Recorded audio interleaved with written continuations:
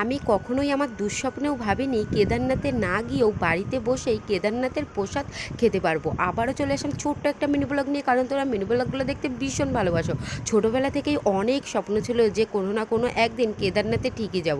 সেই স্বপ্নটা কখনোই পূরণ হয়নি, সামনে পূরণ হবে কি না সেটাও জানি না।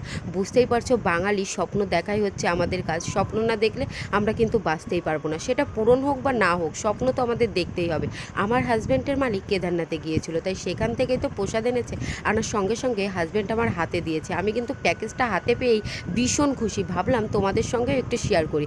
যারা যাওনি তাদের জন্য মূলত আমি একটু শেয়ার করে নিচ্ছি। আর আমি তো এখনও কিন্তু যেতেই পারলাম না, জানি না স্বপ্নটা কখনো পূরণ হবে কি না। এর মধ্যে কি কি প্রসাদ ছিল সেটাই হচ্ছে তোমাদেরকে দেখাচ্ছি। এর মধ্যে ছিল কিশমিশ, ছিল খেজুর, বাদাম ছিল, তারপর নকুলদানার মতো কী বেশ ছিল, সম্ভবত এটা নকুলদানা নয়, কোনো একটা প্রসাদ জাতীয়। তো যাই হোক, এই প্যাকেজটা হাতে পেয়ে নিজেকে সত্যি ভাগ্যবান বলে মনে হচ্ছে। স্বপ্ন স্বপ্নই হয়, সেটা বড় হোক বা ছোট হোক। আবারও দেখাবেন।